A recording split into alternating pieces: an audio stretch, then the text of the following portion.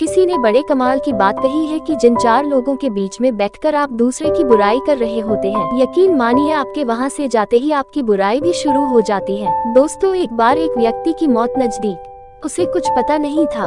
किसी को पता नहीं होता कि मौत कब आएगी। यमराज उसे लेने के लिए आए, लेकिन यमराज बड़ी दूर से आए, थक चुके थे, तो उसे आकर के पानी मांगा। अगर मैं अंदर गया, पानी लेकर गया, पानी पिलाया और उसके बाद यमराज प्रसन्न हो गए। उन्होंने कहा कि ठीक है।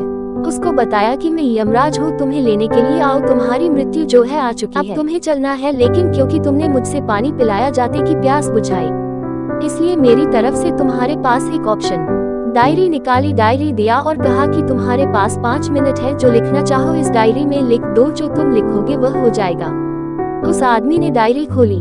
पहले पेज पर लिखा था कि उसके बाजू वाले घर में जो रहते हैं पड़ोसी, उनकी लॉटरी लगने वाली है, वो 3 करोड़ रुपए जीतने वाले हैं। जहां उसने पढ़ा उसके अंदर से गुस्सा आया। उसने लिख दिया कि ऐसा ना हो। अगला पेज पलटा, अगले पेज पर लिखा था कि जो राइट साइड में रहते हैं उस वाले पड़ोसी की किस्मत बदलने वाली है।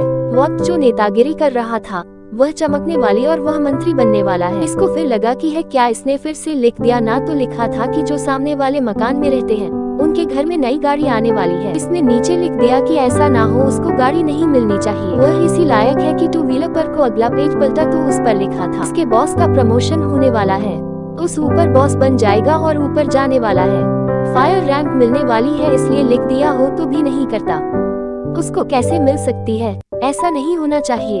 उसका अगला पेज पलटा, बारी इसके लिखने की थी जिसे लिखना था अपने बारे में, लेकिन तभी यमराज ने पेन जो था छीन लिया और कहा 5 मिनट खत्म हो गए थे अपनी किस्मत बदलने के लिए, लिखने के लिए जो तुम चाहते हो, लेकिन तुम पहले पेज पर लिख रहे हो कि ऐसा ना हो, दूसरे पर लिख रहे हो ना होती, सिर्फ लिखो, ना होते जा रहे हो ना, क्योंकि तुम्हें इस बात से चेक तुम्हारे अलावा दूसरों के जीवन में खुशियाँ कैसे सकती है, और जब बारी आई अपनी खुशी लिखने की तो समय सीमा समाप्त होगी।